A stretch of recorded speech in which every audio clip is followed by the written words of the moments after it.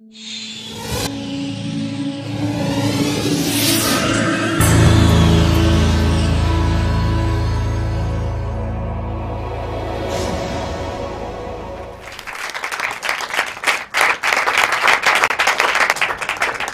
why does good sex so often fade, even for couples who continue to love each other as much as ever? And why does good intimacy not guarantee good sex, contrary to popular belief? Or the next question would be, can we want what we already have? That's the million-dollar question, right? And why is the forbidden so erotic? What is it about transgression that makes desire so potent? And why does sex make babies and babies spell erotic disaster in couples? It's kind of the fatal erotic blow, isn't it? And when you love, how does it feel? And when you desire, how is it different? These are some of the questions that are at the center of my exploration on the nature of erotic desire and its concomitant dilemmas in modern love. So I traveled the globe, and what I'm noticing is that everywhere where romanticism has entered, there seems to be a crisis of desire. A crisis of desire as in owning the wanting. Desire as an expression of our individuality, of our free choice, of our preferences, of our identity. Desire that has become a central concept as part of modern love and individualistic societies. You know, this is the first time in the history of humankind where we are trying to experience sexuality in the long term, not because we want 14 children for which we need to have even more because many of them won't make it, and not because it is exclusively a woman's marital duty. This is the first time that we want sex over time about pleasure and connection that is rooted in desire. So what sustains desire and why is it so difficult? And at the heart of sustaining desire in a committed relationship, I think, is the reconciliation of two fundamental human needs. On the one hand, our need for security, for predictability, for safety, for dependability, for reliability, for permanence, all these anchoring, grounding experiences of our lives that we call home. But we also have an equally strong need, men and women, for adventure, for novelty, for mystery, for risk, for danger, for the unknown, for the unexpected, surprise, you get the gist, for journey, for travel. So reconciling our need for security and our need for adventure into one relationship, or what we today like to call a passionate marriage, used to be a contradiction in terms. Marriage was an economic institution in which you were given a partnership for life in terms of children and social status and succession and companionship. But now we want our partner to still give us all these things, but in addition, I want you to be my best friend and my trusted confidant and my passionate lover to boot, and we live twice as long. So we come to one person, and we basically are asking them to give us what once an entire village used to provide. Give me belonging, give me identity, give me continuity, but give me transcendence and mystery and awe all in one. Give me comfort, give me edge, give me novelty, give me familiarity, give me predictability, give me surprise. And we think it's a given, and toys and lingerie are going to save us with that. So now we get to the existential reality of this story, right? Because I think in some way, and I'll come back to that, but the crisis of desire is often a crisis of the imagination. So why does good sex so often fade? What is the relationship between love and desire? How do they relate and how do they conflict? Because therein lies the mystery of eroticism. So if there is a verb for me that comes with love, it's to have. And if there is a verb that comes with desire, it is to want. In love, we want to have. We want to know the beloved. We want to minimize the distance. We want to contract that gap. We want to neutralize the tensions. We want closeness. But in desire, we tend to not really want to go back to the places we've already gone. Foregone conclusion does not keep our interest. In desire, we want an other, somebody on the other side that we can go visit, that we can go spend some time with, that we can go see what goes on in their red light district.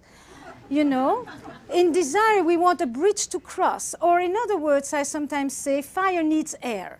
Desire needs a space. And when it's said like that, it's often quite abstract. But then I took a question with me, and I've gone to more than 20 countries in the last few years with mating in captivity.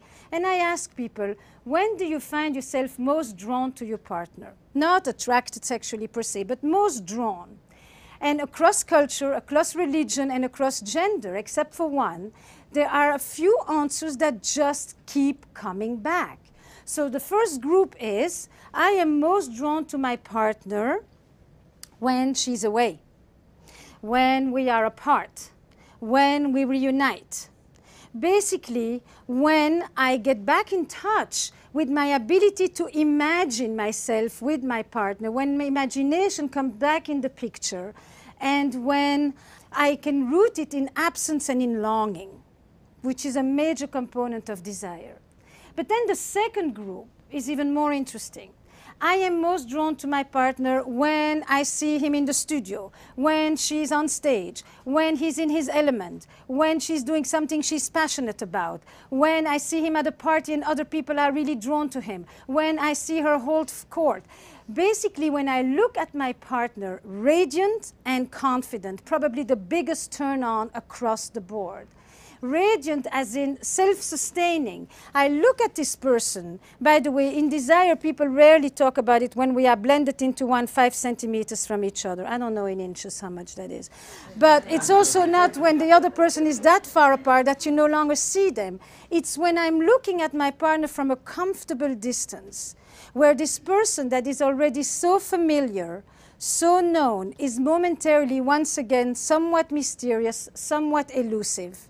And in this space between me and the other lies the erotic elan, lies that movement toward the other. Because sometimes, as Proust says, mystery is not about traveling to new places, but it's about looking with new eyes.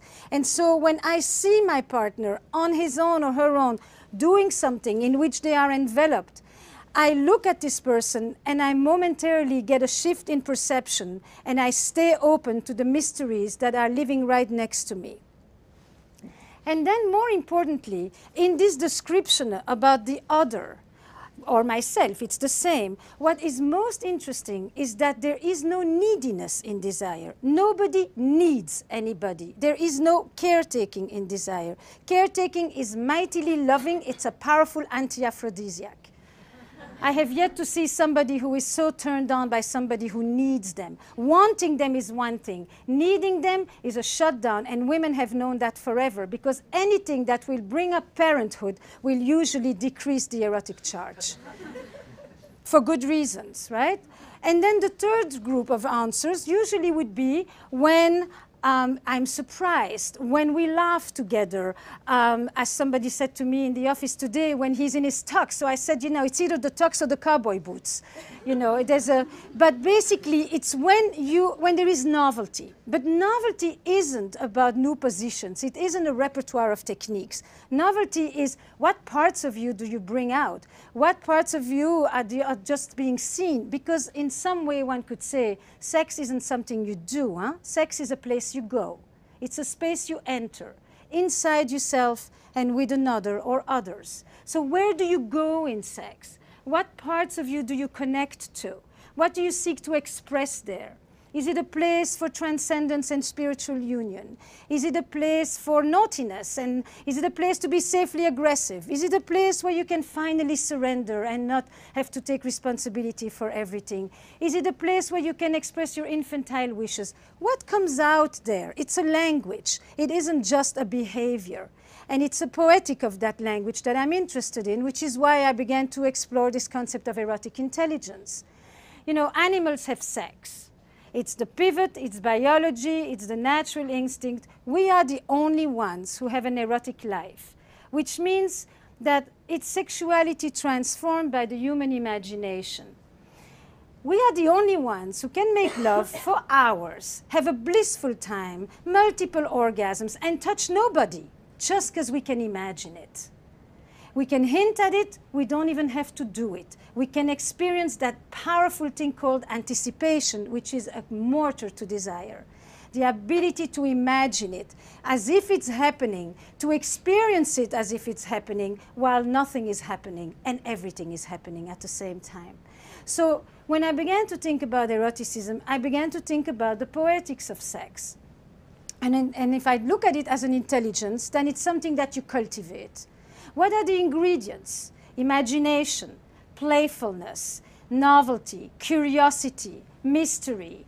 But the central agent is really that piece called the imagination. But more importantly, for me to begin to understand who are the couples who have an erotic spark, what sustains desire, I had to go back to the original definition of eroticism, the mystical definition. And I went through it through a bifurcation by looking actually at trauma, which is the other side. And I looked at it looking at the community that I had grown up in, which was a community in Belgium, all Holocaust survivors. And in my community, there were two groups, those who didn't die and those who came back to life. And those who didn't die lived often very tethered to the ground, could not experience pleasure, could not trust, because when you're vigilant, worried, anxious, and insecure, you can't lift your head to go and take off in space and be playful and safe and imaginative. Those who came back to life were those who understood the erotic as an antidote to death. They knew how to keep themselves alive. And when I began to listen to the sexlessness of the couples that I work with, I sometimes would hear people say, I want more sex. But generally, people want better sex. And better is to reconnect with that quality of aliveness, of vibrancy, of renewal, of vitality, of eros, of energy that sex used to afford them or that they've hoped it would afford them. And so I began to ask a different question. I shut myself off when? Began to be the question. I turn off my desires when, which is not the same question as what turns me off is, and you turn me off when. And people began to say, I turn myself off when I feel dead inside, when I don't like my body, when I feel old, when I haven't had time for myself, when I haven't had a chance to even check in with you, when I don't perform when at work, when I feel low self-esteem, when I don't have a sense of self-worth, when I don't feel like I have the right to want, to take, to receive pleasure. And then I began to ask the reverse question. I turn myself on when? Because most of the time people like to ask the question, you turn me on, what turns me on? And I'm out of the question. You know? Now, if you are dead inside, the other person can do a lot of things for Valentine. It won't make a dent. There is nobody at the reception desk. You know? So I turn myself on when? I turn my desires. I wake up when? You know? Now, in this paradox between love and desire, what seems to be so puzzling is that the very ingredients that nurture love, mutuality, reciprocity, protection, worry, responsibility for the other, are sometimes the very ingredients that stifle desire. Because desire comes with a host of feelings that are not always so favorites of love. Jealousy, possessiveness, aggression, power, dominance, naughtiness, mischief. Basically, most of us, you know, will get turned on at night by the very same things that we will demonstrate against during the day. You know, the erotic mind is not very politically correct. If everybody was fantasizing on a bed of roses, we wouldn't be having such interesting talks about this. You know, but no, in our mind up there are a host of things going on that we don't always know how to bring to the person that we love, because we think love comes with selflessness, and in fact desire comes with a certain amount of selfishness in the best sense of the word. The ability to stay connected to oneself in the presence of another. So I want to draw that little image for you, because this need to reconcile these two sets of needs, we are born with that. Our need for connection, our need for separateness, or our need for security and adventure, or our need for togetherness and for autonomy. And if you think about the little kid who sits on your lap, and who is cozily nested here and very secure and comfortable. And at some point, all of us need to go out into the world to discover and to explore. That's the beginning of desire. That next exploratory needs curiosity, discovery. And then, at some point, they turn around and they look at you. And if you tell them, hey kiddo, the world's a great place, go for it, there's so much fun out there, then they can turn away and they can experience connection and separateness at the same time. They can go off in their imagination, off in their body, off in their playfulness, all the while knowing that there's somebody when they come back to. But if on this side there is somebody who says, I'm worried, I'm anxious, I'm depressed, my partner hasn't taken care of me in so long, what's so good out there? Don't we have everything you need together, you and I? Then there are a few little reactions that all of us can pretty much recognize. Some of us will came back a long time ago. And that little child who comes back is the child who will forgo a part of himself in order not to lose the other. I will lose my freedom in order not to lose connection. And I will learn to love in a certain way that will become burdened with extra worry and extra responsibility and extra protection. And I won't know how to leave you in order to go play, in order to go experience pleasure, in order to discover, to enter inside myself. Translate this into adult language. It starts very young, it continues into our sex lives up to the end. Child number 2 comes back but looks like that over their shoulder all the time. You know, are you going to be there? You're going to curse me? You're going to scold me? You're going to be angry with me? And they may be gone, but they're never really away. And those are often the people that will tell you in the beginning it was super hot. Because in the beginning, the growing intimacy wasn't yet so strong that it actually led to the decrease of desire. The more connected I became, the more responsible I felt, the less I was able to let go in your presence. The third child doesn't really come back. So what happens if you want to sustain desire, it's that real dialectic piece. On the one hand, you want the security in order to be able to go. On the other hand, if you can't go, you can't have pleasure, you can't culminate, you don't have an orgasm, you don't get excited because you spend your time in the body and the head of the other and not in your own. So in this dilemma about reconciling these two sets of fundamental needs, there are a few things that I've come to understand erotic couples do. One, they have a lot of sexual privacy. They understand that there is an erotic space that belongs to each of them. They also understand that foreplay is not something you do 5 minutes before the real thing. Foreplay pretty much starts at the end of the previous orgasm.